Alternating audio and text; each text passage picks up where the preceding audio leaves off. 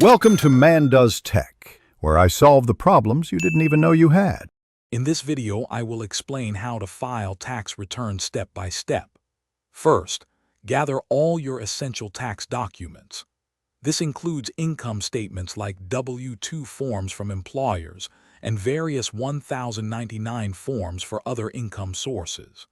Don't forget to collect any records for potential deductions, such as receipts for charitable donations or medical expenses. Having everything organized upfront will make the entire process much smoother and help ensure accuracy.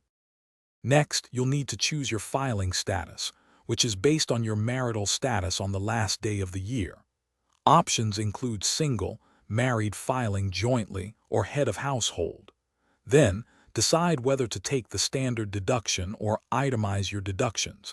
Generally, you choose the one that results in a lower tax liability.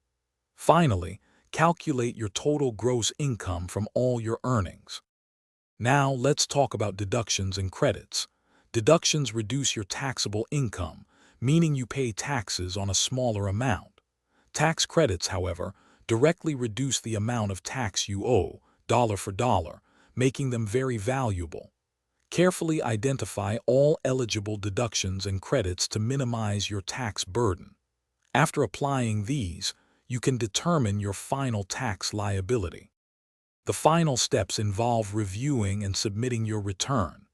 Double-check all information for accuracy to avoid errors, which can delay processing. You can choose to e-file your return for faster processing and quicker refunds, or you can mail a paper return.